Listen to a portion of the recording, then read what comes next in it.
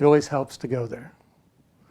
But beyond going there, I mean, you have to trust your imagination. You have to allow your imagination to wander. And to prime that, what I did, especially with the Texas Ranger novels, is I read a lot of journals. There's a lot of material that the early Texas Rangers in the 1880s and 1890s, they were by themselves, and so they kept a lot of journals. They wrote a lot. So I read a lot of those, which gave me the cadence of their thoughts, the voice, and it really helped to see how they saw the world.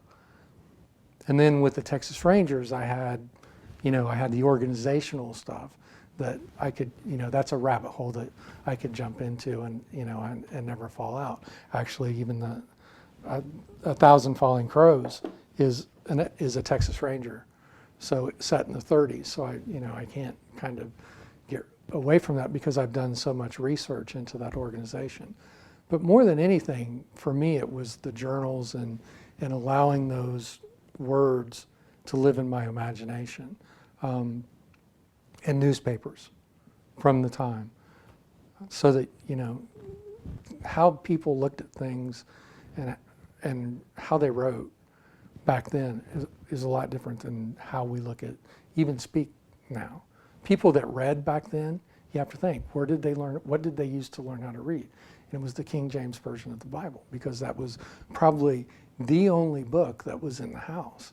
So, and it was the Victorian period too. So you have to understand the mannerisms of the time in the broader expanse of society and the world. There were some very proper gunfighters, very proper killers who spoke properly and dressed properly, but had, a vicious mind. So yeah, just I think you can read a lot, but in the journals, and then going, being out west.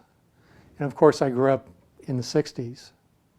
So when I was a kid, you had 3 TV channels and you turned the TV on, and what was on?